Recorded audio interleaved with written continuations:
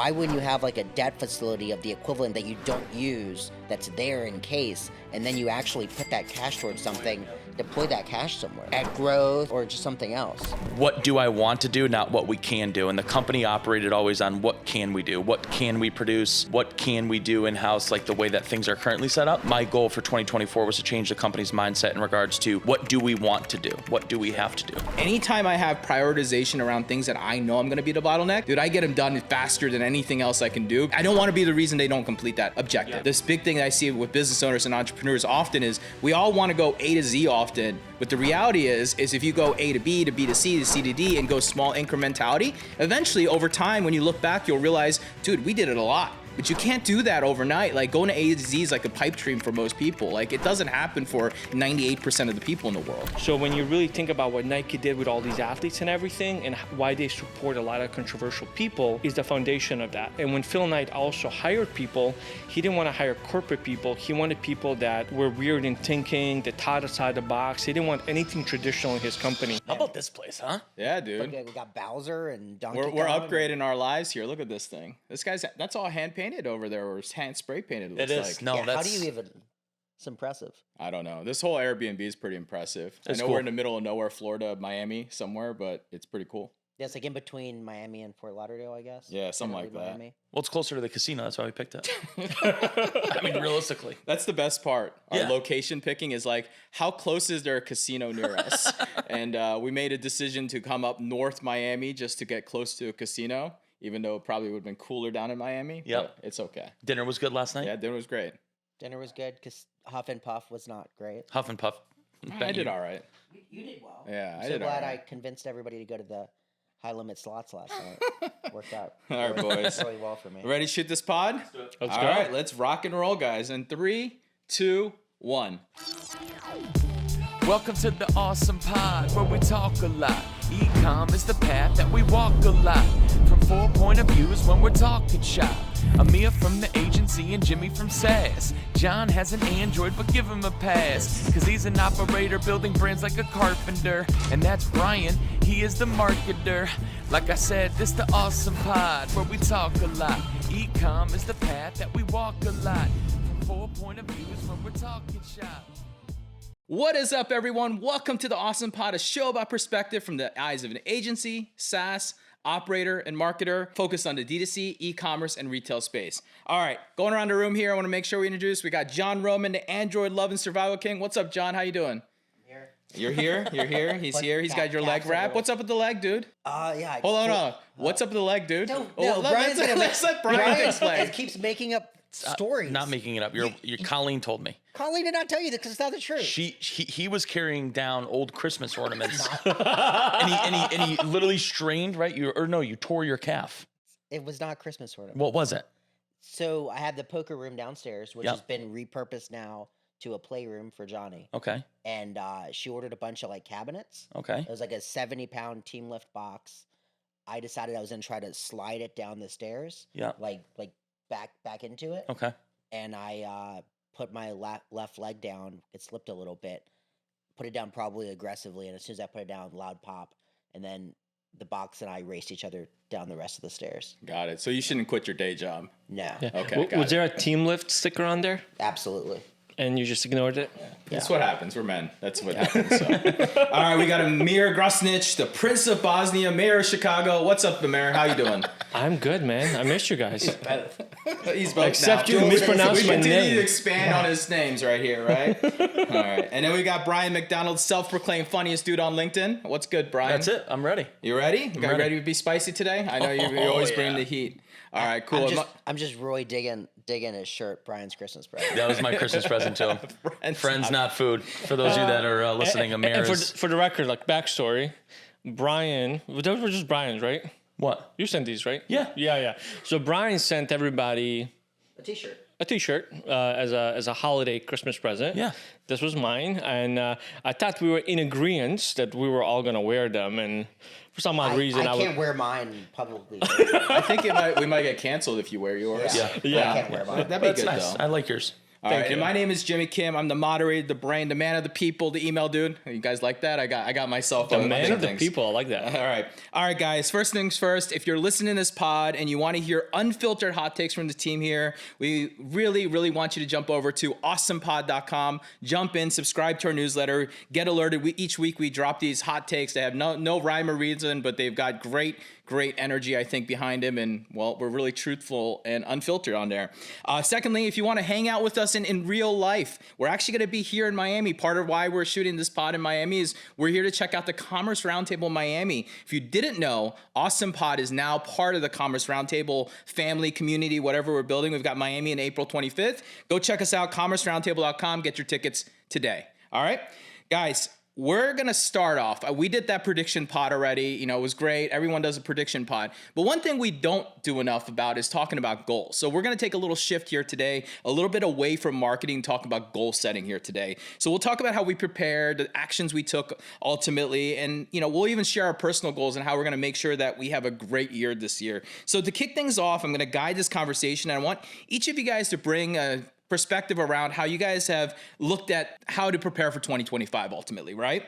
So let's start off, and I've got my first question before we even get into 2025. Let's talk about 2024, because I think all of us had different years in 2024, and I think we've all had some really interesting years. I know I've had a really interesting year this past year, and you guys have all had different years. So let's talk about it. What stood out this year? Let's talk about reflecting on how you looked at 2024 and how you're going to be thinking about it. John, you look like you're ready to talk. Yeah, so 2024 was our first full year of post, going back private, buying the business back. So it was cool to see our first snapshot. In hindsight and looking back, 2024 was we had growth, we grew, which is great without adversity and challenges. We really saw that our core business, the subscription, the membership, we struggled to grow it, and it was slight growth for the year, but single digit growth, so not anything monumental. And it was the third party marketplaces and other revenue streams that honestly pulled the majority of our growth.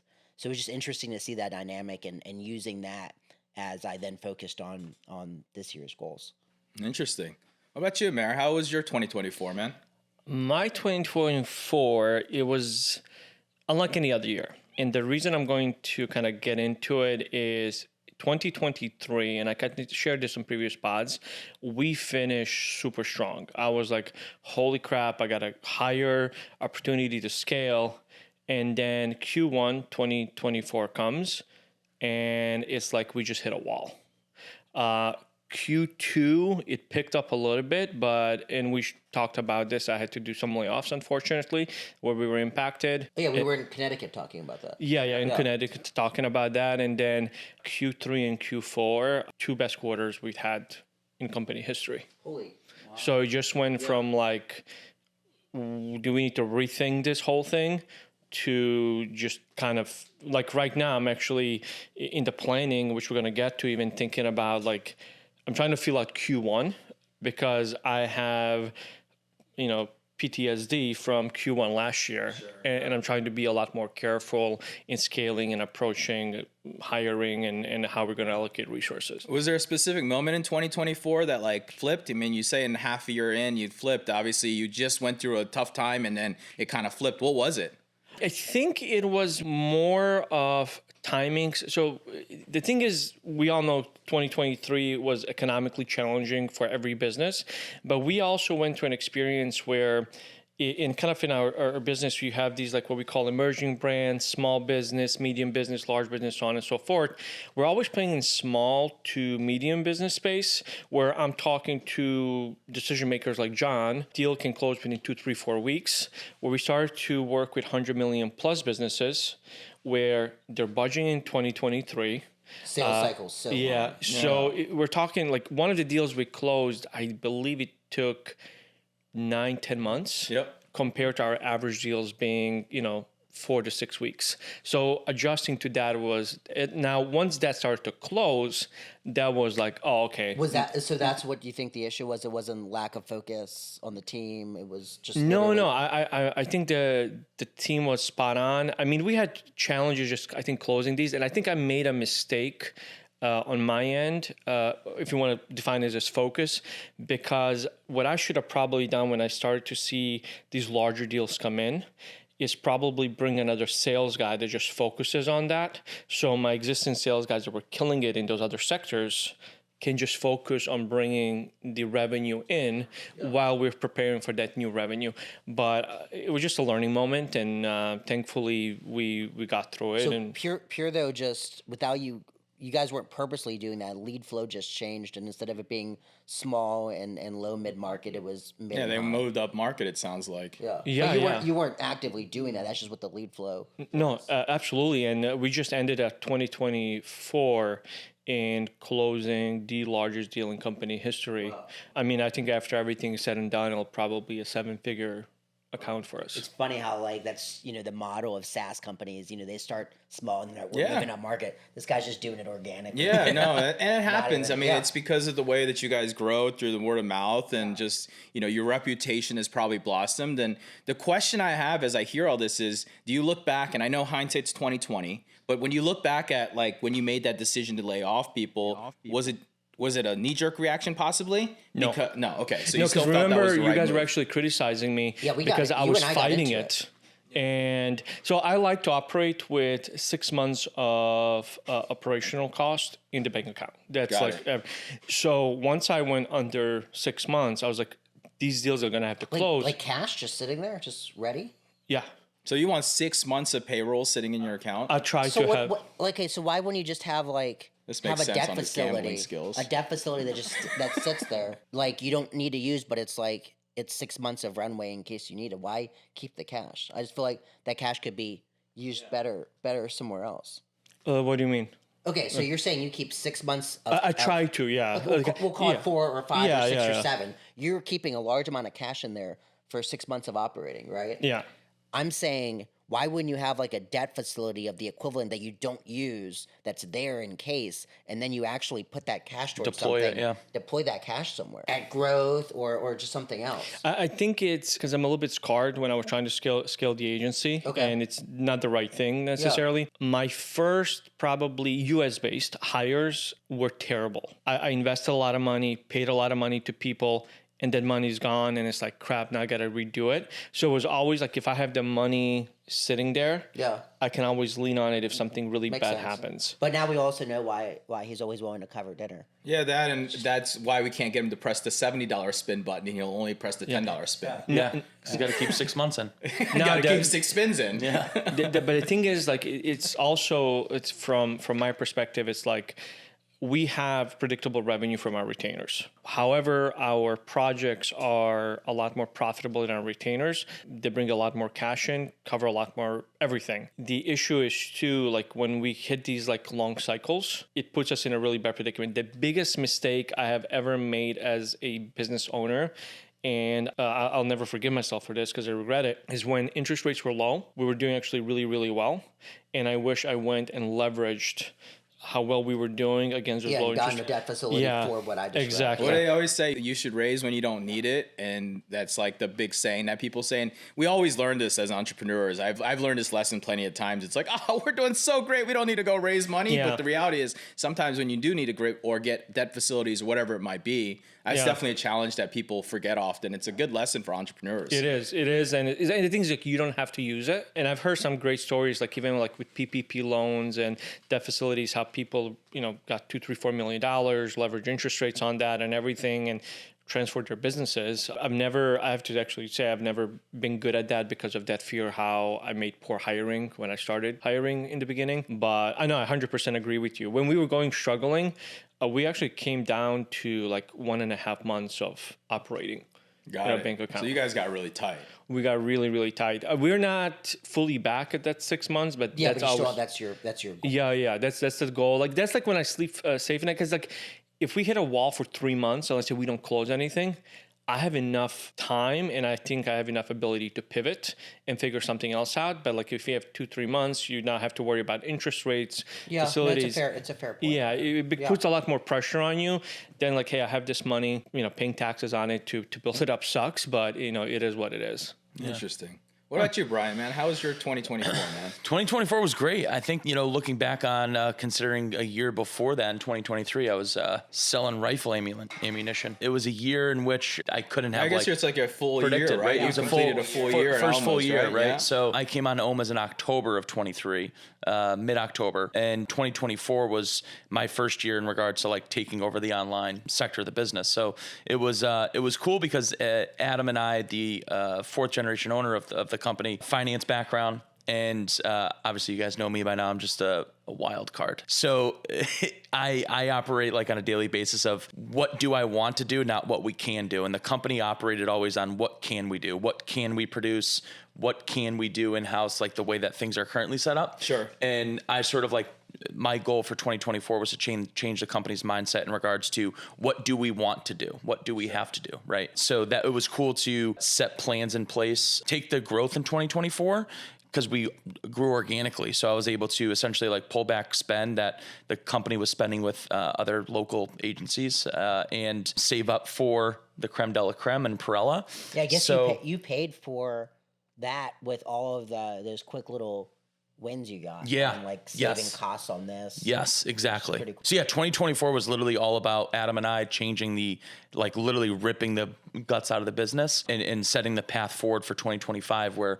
we have a ton of plans, new website. Hopefully we'll be done soon. When it is done soon, we're going to put the, when is it done? So we're in a little standstill right now, right? The agency that we brought on, we're building a custom meal plan selector, so folks can go through the flow. This is what you were talking about this morning. What do you call it? Didn't work. Yeah. So the agency was trying to make an app work, and it didn't. So they're building out a custom solution. Not your app. Yeah. No. Do we say the app? Huh? Do we say the app? It doesn't. No, let's not get into it. Yeah. To be fair, John just wants to call out people. I love to be fair, let's get spicy. Yeah. But yeah, 2024 was good for me in order to set the runway for this year and then going forward. I mean, you're playing the long game here because everything you were working on 2024 has obviously been setting yourself for 20. I mean, you said it from the beginning when we started even this pod. You're like, a lot of the things I'm doing is pulling back so we can build the revenue, so I can go and present that adding paid media and adding this and adding an agency is all going to help us further and get the business in a really good place. Yeah. I have to say something about this, and it's not for. Is this about the agency? He's coming back. It's not to get brownie points, but Brian and I were actually talking and reflecting on some of the things Almost Pride did yesterday, where he shared the dashboard with me. The freaking organic growth that this dude pulled off, I mean, it's unbelievable. Is it from you just being wild online? Pretty much, yeah. Unbelievable. When you go in there, you compare 2023 to 2024 across the board. We're not talking about... You're just looking at like GA4 organic, like direct. I mean, everything. We're talking about sessions, conversions, revenue, every statistic across the board. What's the source? Just direct or Google or... No, so we were showing like the BigCommerce dashboard, but like in regards to like new customer percentage, we were up 49% over 2023 compared to 2024. Orders were up like 30-something%. Revenue was up 32%. Net new traffic went from 185,000 total visitors in 2023 to 600,000. Holy cow! And more than 3x. And 500 to some thousand in 2024. And my goal, my hope is that he continues that and the team continues that. And we typically, when we migrate somebody over from BigCommerce, we see anywhere from 10 to 30% increase in conversions. So, and on average, we're 27%. So if he does that, we execute the way I know we can execute. 2025. Yeah, it should be big, because right now, even with the bad website, we're just sub 3% conversion trust rate. me, as an Almost Pride customer, I bitch and complain every time I go to the ordering process with him. It is so horrible. It is. I've never I think I've never had a website worse. As far as conversion, and to get people to convert at that's a high percentage. I mean, I know people love their animals, and that's obviously key here, but dude, that's really bad. And 10 to 30% sounds low to me, if you ask me, because that friction point, I'm his friend and I want the product, and I almost gave up a couple times. And this is just, I mean, it's rough. We're restructuring how merchandising is positioned, how PDPs are structured.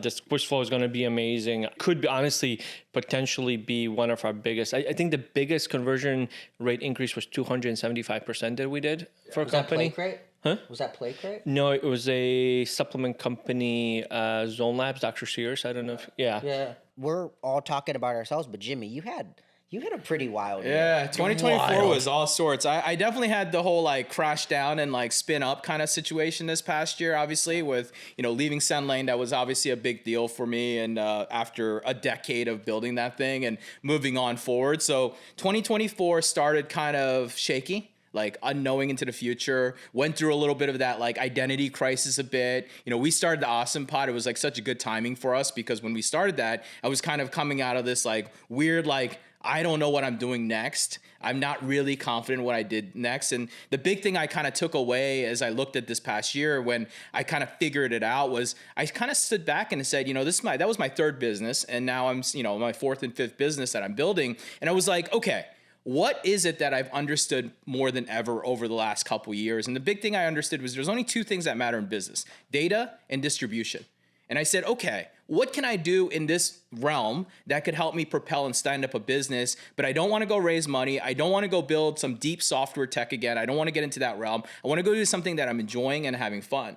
So yeah, in October this past year, I launched my business, my new business with my partner Chase Diamond, and then we also acquired Commerce Roundtable along the way there, and it was a really good swing up, right? Like I had a huge swing up in this year towards the end of the year, and as I come into this year, I'm super excited and stoked about the things that I'm working on. So it was a good learning year, it was a year of confusion, and people go through this all the time. It's like people don't want to end the thing that they were working on because you lose the identity of who you believe you are. But I also recognize a lot of things around like it doesn't really matter, no one really cares. And then secondly, I realized the power of community, and I also realized all the things I've been working on building my personal brand over the years. Before we get into this, the personal brand is what propelled me this year. I built a multi-7-figure business in 90 days, ultimately, right away. I'm talking like collected cash, right? Like, and that's not really heard of, and it was bootstrapped, right? We didn't put any money in. We just literally went off and made money, and I was pretty proud, but we paid ourselves a full salary by the end of this past year. So within like 70 days in, we're paying ourselves a multi-6-figure salary each of us because we're good already. And, that's a good place to be because you're kind of worried because you're like, well, what am I going to do for money? How am I going to make money? How am I going to do things? And, putting yourself there. So yeah, it's been a really weird year for me, but I think it been a pivotal year for me because I'm excited more than ever. And, in early 2024, I couldn't tell you I was super excited about the future. One thing that I really kind of appreciated since we started a pod and you had all these things happening, you kind of started to share it with us. And for you guys to know, probably out of us four, Jimmy and I probably bicker at each other the most. But yeah, you're like an old married couple. But it's like at the end of the day, like it's never like I'm mad at him. But one thing I love about Jimmy is he'll share an idea with us, and 2 weeks later it's like live and running. Yeah. And it's like you're so fast with your ideas, like going to market. It's not perfect, but is 80% there. Function, and then you just shape it really quickly. And 90 days you achieve that because of that mentality.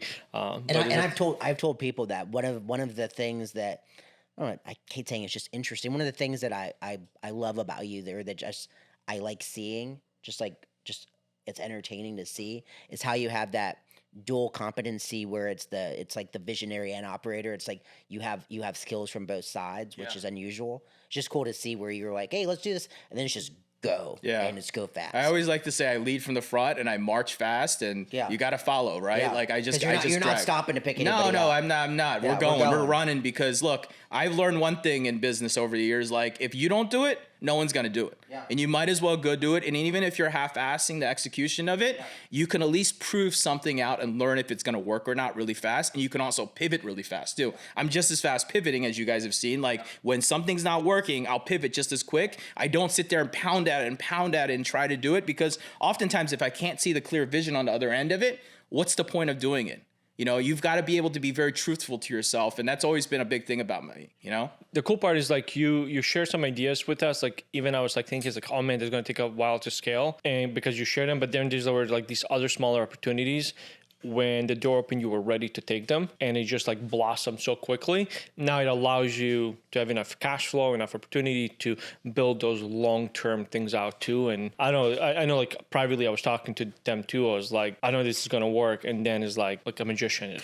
Yeah, it's called the power of ADHD. It is. I partially really attribute to that. Like, you know, obviously growing up, it was a challenge, but as I gotten older, like I've learned how to channel it. Use it. And here's the impressive thing: you're focusing on 4 different businesses technically, right? Yeah. Right now, and you did it all in parallel at the exact same time, and also found a way to cross over those businesses to one another, which is like fascinating. Yeah. And how quickly we done it. The funny thing is though, for the first time though, in the last 30 days, like you are running at full speed. Yeah. And it's the first time I've noticed that's like, you're like, man, yeah, I'll get to that. And normally like you would get to it the same day. And now it's like, man, I'm gonna have to get to that tomorrow. Yeah. Like you're running fast. I've got so much stuff going on. You write down a lot of stuff and you just aim and go, you know what I mean? Like that's all you can do. And as I say, you just, you know, check it off and get it done. Like don't procrastinate. I mean, that's the hardest thing to do as someone. You sit back and you're like, well, this could do this, or I could push it off. It's like, just get it done.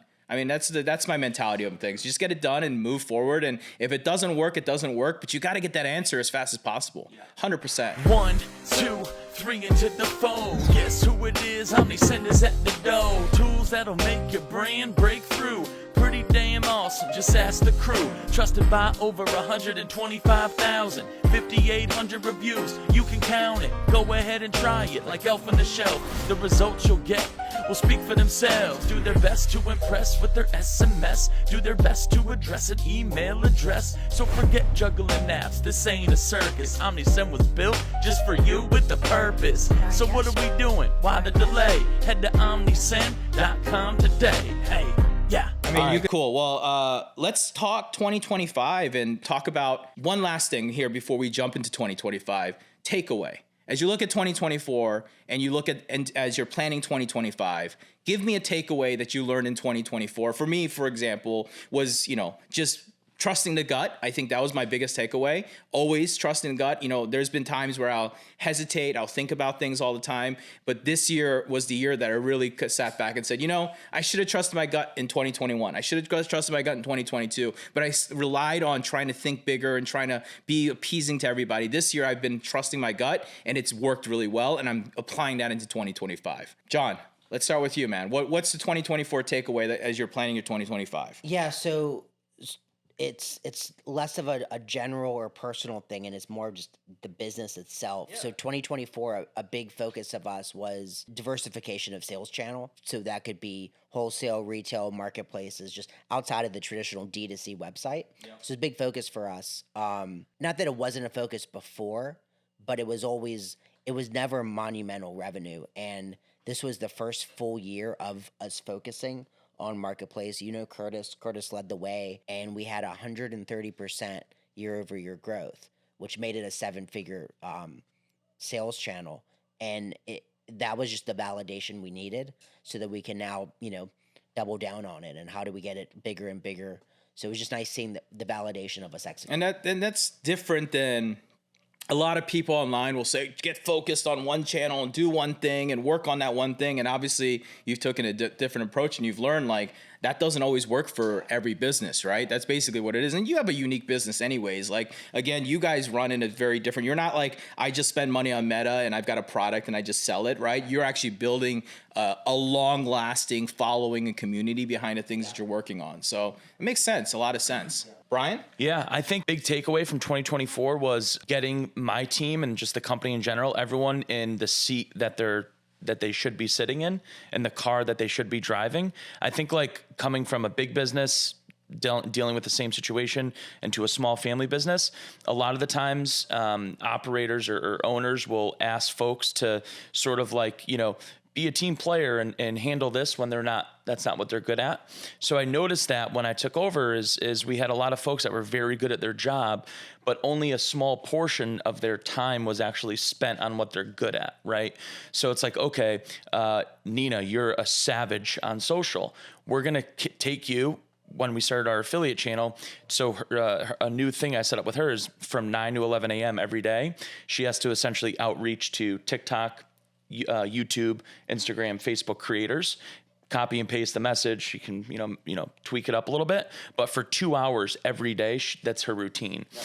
And before it was sort of like, oh, I have to do this. They asked me to go to the warehouse and grab this box. So I'm like, no. That's not what you're good at. And aligning people to what they're essentially hired for, and not asking folks to step outside of the realm, because then that takes something that should be done in a 6-month time span, moves it to 8-9 months. Sure. And I think that was big for me to get everyone on my team and in the company in the right driver's seat. And that's a common thing you see in small businesses anyways. Like, they have limited number of people, they have a lot of things to do, and getting people to be more generic and like do more general things across the business, that's basically the mentality they probably had. And as you've come in and kind of put focus on it, and as you know, what's the saying, hire great people and let them do what they love to do and get out of their way kind of situation. It sounds like that's kind of what you focused on, and then helped home them in as a skill. And I guess as a leader in the company, you've kind of given them the permission to do that. Yes. Yeah? Just like the offshore stuff too, right? Like, we were spending hours before manually generating reports, and then looking at those reports. It's like, no, we're going to start going offshore here. Next thing you know, now we have 5 full-time, 2 part-time people offshore. So that's been a huge help for Adam on his team, on the finance team, on the inventory reporting and forecasting team, on the marketing team. Like, having things just ready to go so we can do our job is huge. And I think that's no matter how big you are, you can afford to do those things. What about you, Amer? What do you reflect on 2024? What's the biggest thing that you've learned as you're preparing for 2025? So one of my favorite quotes, I think maybe I shared it in a podcast before, is by Jack Dorsey. Don't be a writer, be an editor. It took me a lot to become an editor. When I say the editor, is like really to delegate better, but also reflect and be honest with myself at what should we do in-house and what should we lean on help on. So like, one of the things that always took a lot of our time internally is hiring talent and finding talent. When I looked at all the time that we waste and how difficult it is, and this is US specifically, in overseas, we have teams that do that really well. I hired a recruiting agency, and they've just been killing it for us. Ryan Hogan actually runs it, Talent Harbor, and absolutely love what they're doing for us. I'm super happy, and the talent that are putting for just a dream, honestly. The other thing is, I put certain people even in 2023, but they really settle into their roles in 2024 to kind of just give an autonomy to make stuff better. Whether it's Tammy, Alex, Shirag, Niraj, like, I've been just delegating to people. And what I realized is actually something that you do really well, Jimmy, is I realized that I may get involved with something, and because I have so much, I've become a bottleneck for my team. And to see that change takes 9-12 months. Now what happens is they'll deploy something, they'll do a 10, 20, 30% improvement, which is huge still. I'll give feedback, another 10%, I'll give feedback, another 10%, but we're constantly progressing and seeing better things. And then what I've seen, which I absolutely love, and Alex did this really good job with, he was like, hey, I want to now do this with 2 other people under me. Yeah. So now we have this like trickle effect of sharing responsibility and accountability. And then I have like one of project managers we promoted to work closely with Alex. Now she came to me, she was so excited. She's like, look like what I built for our team. And I had a 30 meeting, and the pride in her eyes was just like, we're doing something right. I get emotional about it, because I'm like, I held my team back, who are a lot smarter than I am in some aspects of the area, and I'm smarter than them in the other. But now I think we're becoming a better team because of it. Yeah, and you're no longer slowing them down. You've got to give them autonomy. You've got to get out of people's ways. Yeah. I mean, I think these are things, you've got to have trust. That's ultimately part of it, right? Yeah. Like, it's like, you got to have enough trust in yourself that you did hire the right person, right? And that's probably from your background of having some poor hires at one point. And so you feel that in your side of your heart. But once you realize that if you do a good job hiring the right people, and you give them the autonomy, and you get out of their way and don't become the bottleneck, right? Yeah. Like, I hate being the bottleneck in anything I do. Like, anytime I have prioritization around things that I know I'm going to be the bottleneck, dude, I get them done faster than anything else I can do, because I want that to be the reason that they don't, I don't want to be the reason they don't complete that objective, right? Yeah.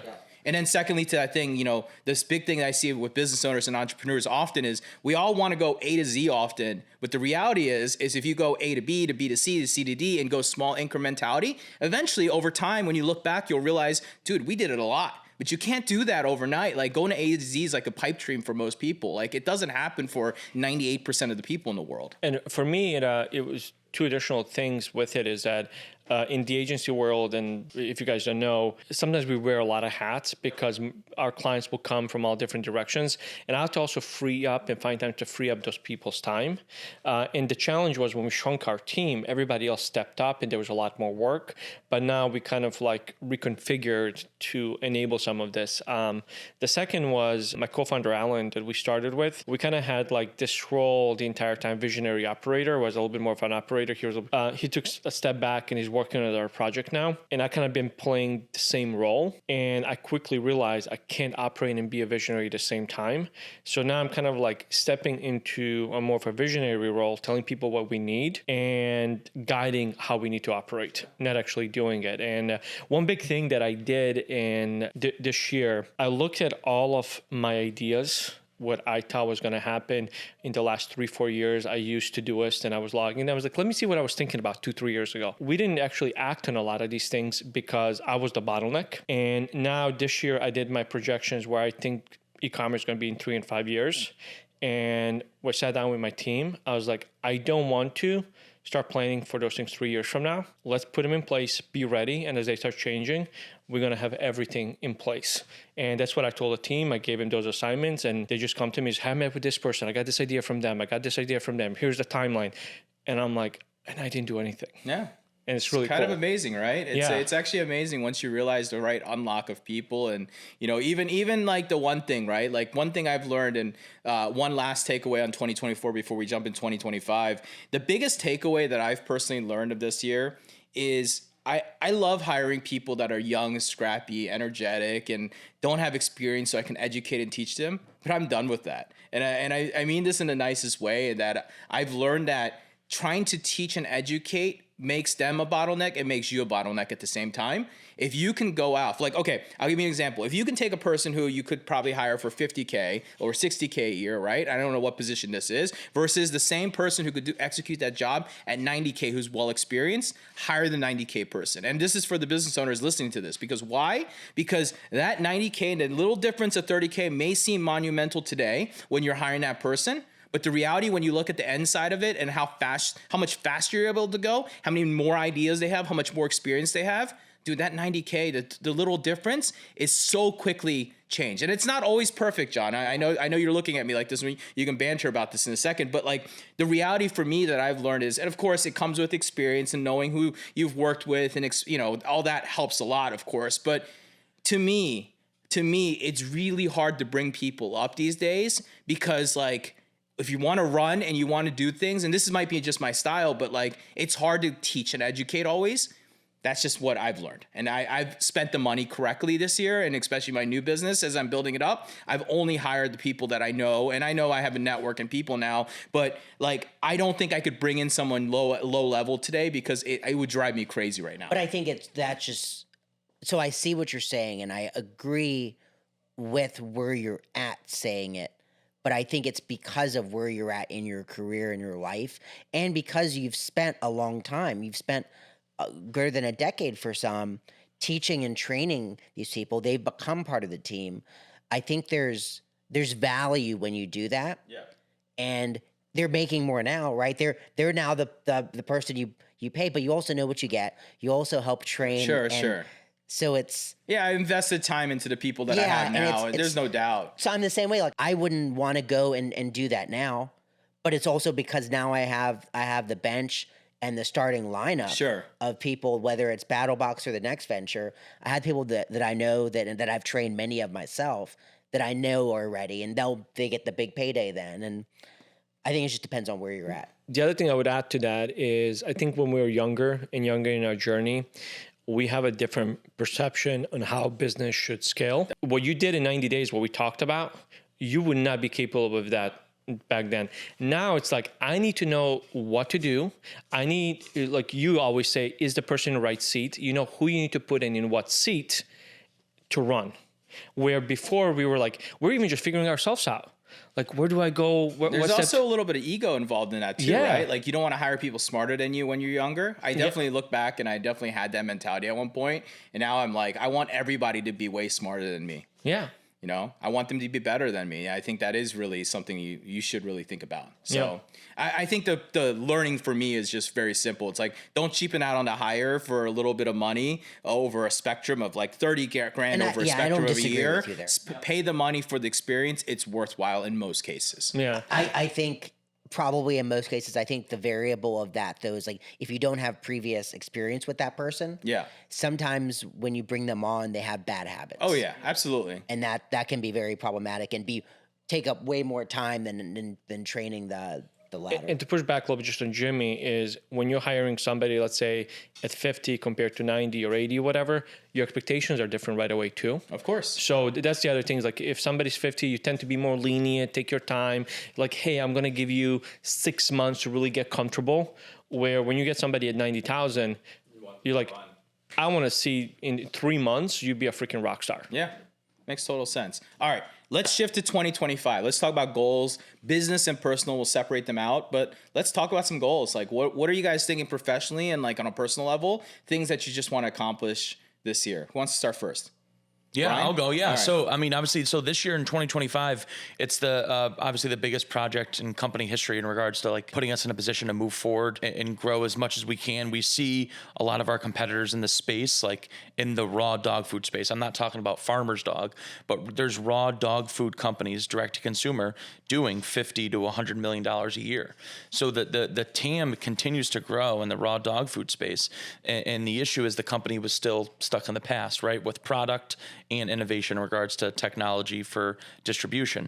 So getting us to that level is going to be so monumental, I think, for the company and cool to be a part of because the board that like I'm on now, it's me, Uncle Sam, Auntie Cal, Capri, Adam, right? It's like all these old family members and like showing them the website and stuff and their like minds are blown. But it's like, hey, like, you know, across all channels now, say we're doing 12 million, right? It's like, hey, we can easily do 40 in the next 24 months like that. And they're just like, wait, what? Like we're going to be doing $40 million a year in 2-3 years. Yeah, we are. Get ready. You know, so that my goal is to like keep making the family see the vision because they finally see it now. But now that all things are hopefully in place by like end of Q1, beginning of Q2, utilizing the rest of the year to like the paid ad agency stuff. You guys know we're interviewing people for that now. So you know, finalizing that and then literally having the house built the right way for the first time ever and being a part of building that house is cool because now the renovations are done and it's time to throw parties, right? Like now it's time to have people over for Christmas Eve and Thanksgiving, where before we couldn't host those parties. So now it's like bringing people into the home. I like the analogy. You know, that's an interesting way to think about it. That's gonna be business wise. The thing I'm most fired up about is it's gonna be the first year we're able to sort of see that come to fruition. On the personal side of it, I think it's just, you know, continuing to do this. I love this, but also on the other side of it, like continuing to make more money because my schedule, you guys know, it's pretty wild. So having it so my wife doesn't have to go to work anymore is my goal, personal goal for this year. That's a big goal so that to way, have this year. Yeah, that's like my end of the year goal. She's good with that. She doesn't want to, or And she'll work like per diem. okay, You know, so she's not full yeah, yeah. So she'll still work like whenever to keep busy. But yeah, right now it's just it's a lot right now. Sure. It's like my average day, 6 a.m. I wake up with the kids, bring them to school, work, come home, pick them up from school. Some days I have my sister-in-law who has special needs. And then 9 o'clock, 8:30 at night, like I finally can just like breathe and do my own thing. So those few nights a week that my wife has to work overnight, like that's my goal this year to have that stop. Cool. Yeah. It's good goals. Yeah. I hope we can look back at this and say you hit your goals here next year when we shoot this pod. All right. So if on the business side, I mean, it's simple. I want to make EBITDA. Like I just want to make dollars this year. I think in the last 7 years building a software company, I wasn't making a lot of money personally. It wasn't like, and anyone listening to this, if you're on the SaaS side of things, the reality is very simple. If you're trying to build software and tech, making money in your pocket is not really a reality, especially if you're venture backed and stuff. And that's how my life has been. A lot of my money that I've lived in and the things that I've had in my life were because of my first 2 businesses that I exited and made a lot of money on. So this year is about making money and getting out there, but also doing the shit I love ultimately, right? Like those 2 things, right? Making money and doing the shit I love. I think that's where, and then on the personal side, it's actually, again, I'm going to take it again. I love working. I love doing the things I do. I think work is like a hobby to me, but I also this year want to go off and have more free time. I think, again, I look back over the years and I've killed myself pushing in one direction and not enough on my own personal life. I'm talking about with my family, my kids, and making sure, because, my kids are 5 and 7 now, and they're only going to be 5 and 7 so long before they're 6 and 8, and they're 10 years old before I blink. And the other thing, and this is going to sound a little morbid, but like in my 40s, I've started to think about mortality a little bit about life and realizing like you've only got like a certain amount of time left in your life. So I want to make more time to have more fun, to do the things that I want to do. And that may be building a car this year and building from scratch, whatever. John taking notes over here about life. I like that. And then secondly, I don't know if he actually is. And then secondly, just like kind of building the memories, like things I have, but memories I need to create, right? Like I can get not anything, but I can buy a lot of things in my life today. But like the things that I want to do and the memories that I want to create are certainly things that I have not done a good job doing in my life. I humbly don't believe I've done a great job in the last 5-7 years with my kids. And I've been trying last year and I plan on doing more of it this year just because, well, life's short, dudes. And that's something that I've started to realize. So one thing, if I can just add to your part. You're adding goals for him? No, not goals. But yes, something, please add my goals, sir. It's something he emphasized about making money. I had a football coach, so... Football meaning soccer. Yeah. Which one? Like Yeah. football, Football, or soccer? Not American football. American football. Feet soccer? Oh, or yeah, Yeah, So like I real, played like football. skin. Yeah. I thought you played soccer. I did, but Because he's Bosnian? Yeah. so no. You guys don't play American football in Bosnia, right? No. In high school in Chicago, I played football my freshman sophomore year. And What'd you play? What position? Both sides. I was a punt returner, kick returner, kicker, punter, wide out, running back. Did you have a big ponytail back then too? I had. That's why your nickname was Sunshine. Yeah, Sunshine. Yeah, I had an nickname arm. was I had an Sunshine. arm. Yeah, but Because he had long hair, right? yeah, long blonde hair. Long, wavy. Can we get a picture to add a B-roll? Yeah. Okay. Oh, Yeah. that'd be amazing. Yeah. We definitely need to add Yeah, that. I'll- right in the I'll- front. I've seen it.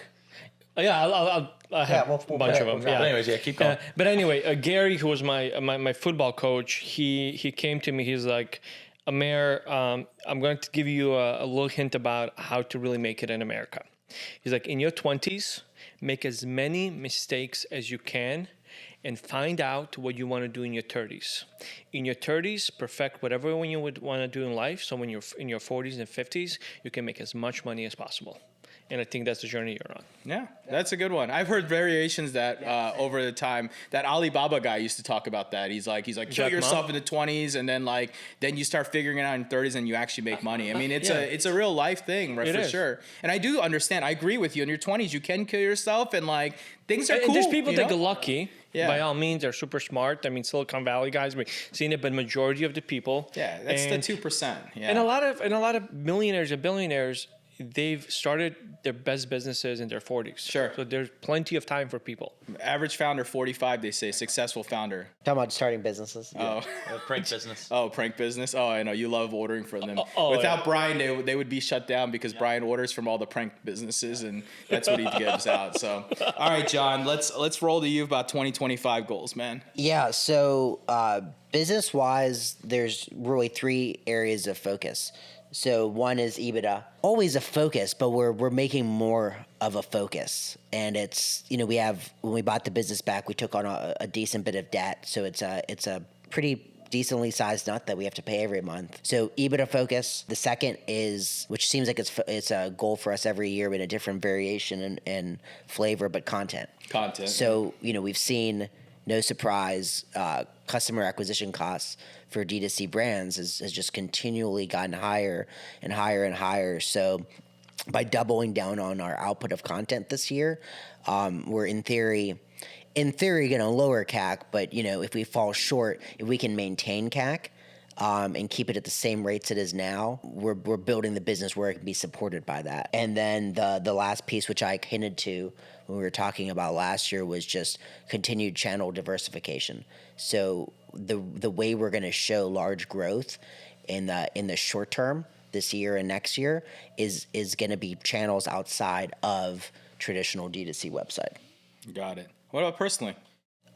Personal, I really have one, and I think this calf, but no one knows about Uncle John. The calf injury and just in general, it's kind of a wake up call, right? So, in my 40s, having a less than 1 year old, it's wearing me out. Oh yeah, it's tough. This is technically considered tennis leg. I also have tennis elbow. I don't play tennis. I don't play tennis, which is real messed up. 2 tennis injuries. So it just served as a wake up call. Like, I've got to get back in shape and fit. For 7 years, I woke up every morning at 4:30, gym by 5, showers. But you don't have to do this whole gym by 5 a.m. thing. You can. No, I think I don't have. I'm 0 or 100. Okay. Like, I don't have the ability to like. You can't do it at 7 a.m. Like, I'm just saying, you don't have to wake up at 4 a.m. Well, maybe 4:30, but for 5. but that's the thing. Like, So wait. So you're saying that post you did that went crazy on Reddit is actually going to be factual? no, I'm not. That was Mark Wahlberg. I know, but no, I'm not eating 6 lunches during the day and cryogening. Like, I'm just gonna that we know for right now.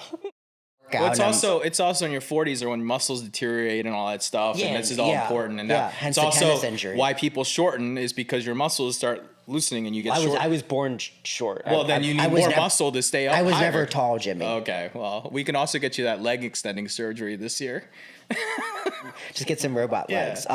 That's the only real personal goal. Got it. I'm happy with all other aspects of personal. That's a good personal goal. Yeah. I mean, it's really just realizing. I think you're probably hitting the same thing I am. Like, it's mortality, man. Like, you start realizing like you're no longer a superhuman. And I was fit in my 20s. I definitely let myself go into 30s. I definitely started working into my 40s again, and it feels good. I mean, when you start feeling that energy, and I in my mind, just like you probably, you think you're in your 20s in your mind, but your body does not think it's in your 20s. Disagrees. Yeah, it's not into it. All right, dudes. All right, last thing. One last thing. One piece of advice.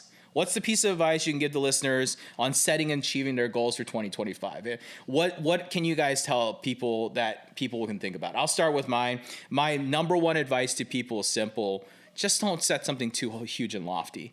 I think that we all try to create these crazy goals for 2025. Don't be lofty, be realistic. Set yourself up for success, and also break it out. Like 3 months in, 6 months in, 9 months in, try to make it so it's an achievable goal. I know that there's a corporate mentality in the world where it's like, make this OKR, which you're only supposed to hit 70, 80%. Nah, screw any of that. Just set realistic goals that you can hit for yourself and then celebrate them. One of the things that one of my mentors taught me a while ago that I think I hold pretty close to my heart because I've seen it happen to me is we often, as business owners and entrepreneurs, we don't celebrate when we hit those milestones. We look back at them as memories and enjoy them as memories. Celebrate them a little bit more.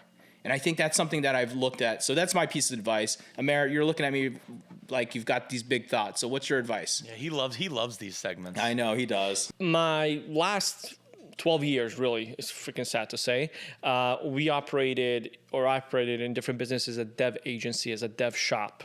And one advice I would tell people, and then I realized it this year, in 2024, the biggest mistake you can do is replicate and listen to what the market is doing, but rather see what the opportunity is that nobody else is doing. And what I realized, and my goal this year to tie it in and the advice for everyone else, I don't want to operate it as a dev shop anymore. I want to operate as a sales organization. And my whole thing, similar to EBITDA thing, is actually for the agency, I want to build a sales team that is going to set the tone for the rest of the I organization. have a question. Are you going to do marketing this year? yes, in a different way. We're going to do a lot of in-person events. Okay. And it's there's marketing. going to be Smart. yeah. And I'm actually hiring a team in Canada to be closer to our partners like Shopify and some of the other people. So I'm becoming like really strategic where I hire people, who I hire, and the biggest emphasis is I'm hoping by the end of next year that we can have 5 to 6 salespeople, where right now we've been acting with 2. That's a big shift from 6 months ago when we were at Sub Summit and we were doing a pod there, and he was like, I don't need to do that stuff. Word of mouth. People just sign up. Man, you know. Is that your impression of it? That was not a good impression. Oh shit. My 5-year goals are not as lofty as Almost Bride or 3-year goals, but I think in 5 years we can be a $20 to $30 million organization. And some of those forecasting that I told you where I've been empowering the team to work on certain things, I think are going to get us there.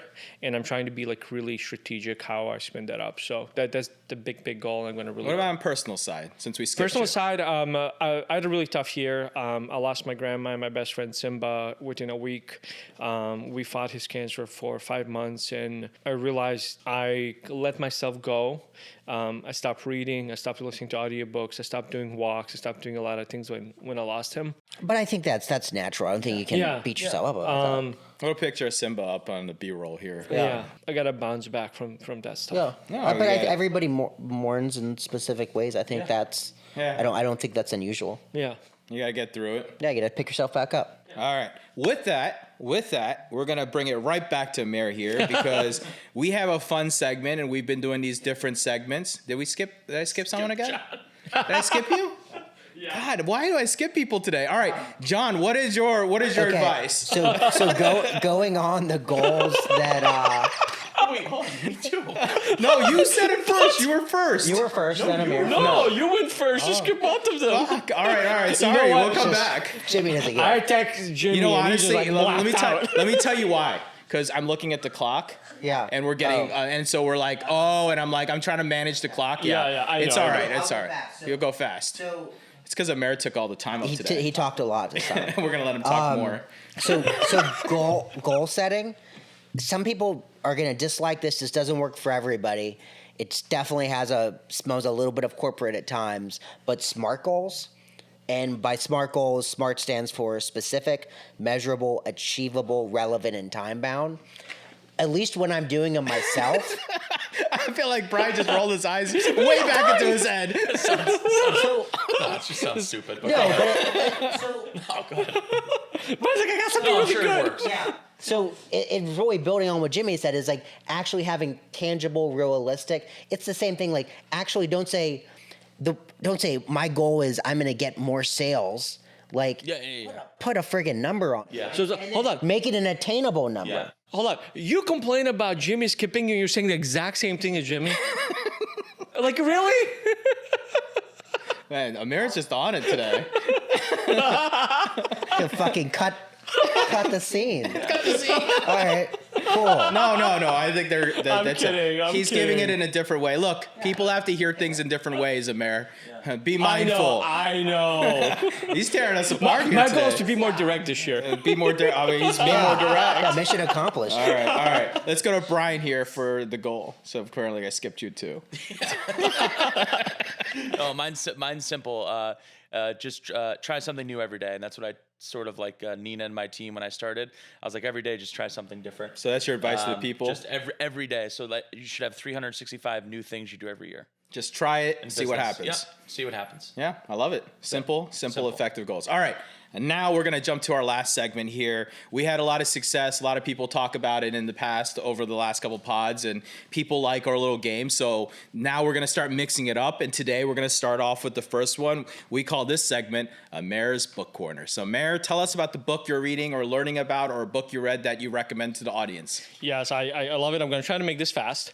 And this is really tough because I don't want to give away too much about the book, but give enough information. So one of my absolute favorite books, and because we know the brand, is Shoe Dog. Did you bring us a copy? Huh? Did you bring us a copy? I did not bring the copy. Oh, I did not bring. We can I like maybe how do you a guys did B-roll. that in unison. Yeah. That's nice. And it's Shoe Dog by Phil Knight. It's a memoir about his life and everything.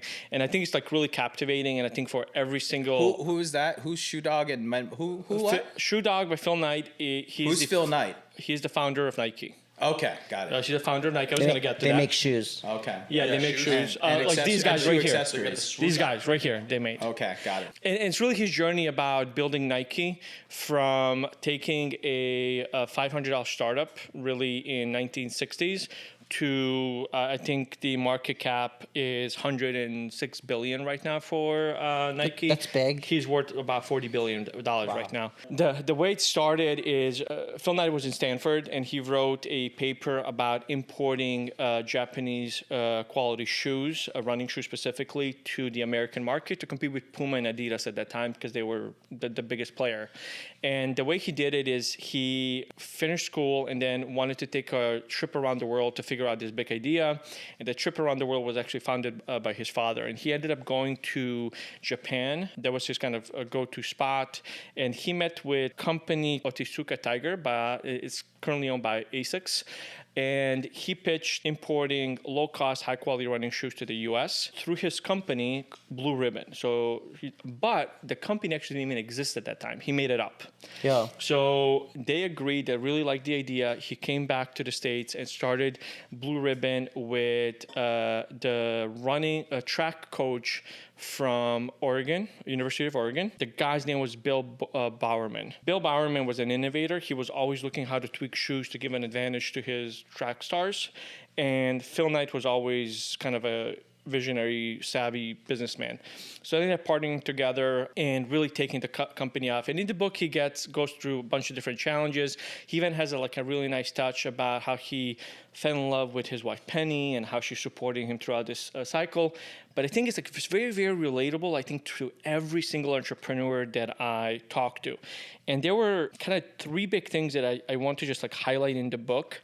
Is he really super transparent about all the financial issues that he had with Nike, from cash flow, inventory, all of these different things that every single entrepreneur to this day talks about. He gets really into it about signing the first brand ambassador. The guy's name was Michael Steve. Jordan. Huh? Michael Jordan? No. It was Steve Prefontaine. And he was a very known track star at Oregon, but he was very flamboyant, very competitive. So his personality actually elevated Nike. So when you really think about what Nike did with all these athletes and everything and why they support a lot of controversial people is the foundation of that. And when Phil Knight also hired people, he didn't want to hire corporate people. He wanted people that were weird in thinking, that thought outside the box. He didn't want anything traditional in his company. So he really gets in that. And the big thing he gets into is also, at the end of the book, is lessons that he learned from failure. One big was, and I don't want to get into it, he went through a really, really big lawsuit. I don't want to say what happened with it. It's a very interesting read. He also talks about, which a lot of entrepreneurs talk about, as a net new brand, how do you compete with established brands like Adidas and Puma at that time and everything, which a lot of entrepreneurs in our space can relate to that today. And one very interesting thing that he admits in the book, he says he's not a natural leader. So he had a lot of trust issues, actually something we just talked about, and he had a lot of issues delegating work to people, and he needed to learn that throughout his career and his journey. So again, incredible read, one of my favorite books ever. If I was to rate it, I'd give it a 9.8 out of 10. Wow. I think every single entrepreneur should read it. I know we can't relate to $100 billion company valuations. Maybe one day we will. Phil Knight is in almost 90 now, so take it. I didn't know context. he was Yeah. You're still kicking that guy, huh? Yeah. So they went from their name being Blue Ribbon and they were going to source in Japan to Nike and sweatshops in China. No, I mean, does he walk through that? No, he talks about diversification, and one of the reasons I wanted to touch upon that is we're seeing pivots by different companies now because of tariffs and everything like that, and you can also sense that in the book and the way he talks about it. Is this when did he put this out? Last couple of years? Maybe 10 years ago. Okay. I So- think that's okay, 2013 or so. Before, yeah, okay. That Yeah, makes sense. but it's an incredible book, incredible read. I think every single entrepreneur should absolutely, because the way he wrote it, it is just very honest. The only thing he doesn't really get into is like too much his love life, personal life with Penny and his kids. He shows like how she supported him and stuff, but he doesn't get into details. It's like very business oriented. Yeah, I mean, I wouldn't buy the book Do to hear you guys about. know what Nike means? It's Greek goddess. Yes. Yeah. Of what? Of Shoes? she is the goddess of not air. No. Of air? Victory. Victory. Victory. Got it. Goddess of victory. And I want to just do one thing that's like I found He's done very, a lot very, of one things. Yeah, here. one thing, Just one 9 thing. things So- later. Yeah. The Onitsuka Tiger company that he partnered with initially is from Kobe, Japan. That's where it was founded, in a garage in Kobe, Japan. The reason I brought this up, as I read the book, Kobe Bryant originally signed with Adidas, not with Nike. And I was reading, I was like, oh my God, how did he let that happen? It was almost like destined, because Kobe's one of the most, next to Jordan. Yeah, it's surprising they didn't try to get him. Get him right away because of that story, but Kobe eventually left Adidas for Nike, which I thought was kind of cool to the story too, because I think that was a vindication for, I think, Phil Knight later in his life, because he beat Adidas one more time, which is super cool. That was great. So this is called Shoe Dog by Phil Knight. Yeah. That's Amer's book corner. He recommends it. He gives it a 9.8 out of 10. Yeah. Cool. All right, well, guys, that's a wrap for this episode. Episode 30, 2025 Goal Setting, Personal and Professional Perspective. Please, if you enjoyed this podcast, like, comment, subscribe, and let us know what you think. And even if you hated our pod, let us know so we can try to work on making it better for you, too. Follow us on TikTok, X, IG, LinkedIn, YouTube. Just type in Awesome Pod to find us. And don't forget, we are a video-first podcast. So if you're listening to this, we highly recommend that you jump over on YouTube so you can watch us. We go from location to location. Currently, we're in Miami, as you can see. If you're hearing this, you probably don't see this really cool dynamic background that we have here. So check us out there. And don't forget to sign up at awesomepod.com to get our unfiltered takes about things. And you can join that newsletter. We drop those every week. We'll be back next week. Episode 31 will be about why agencies suck.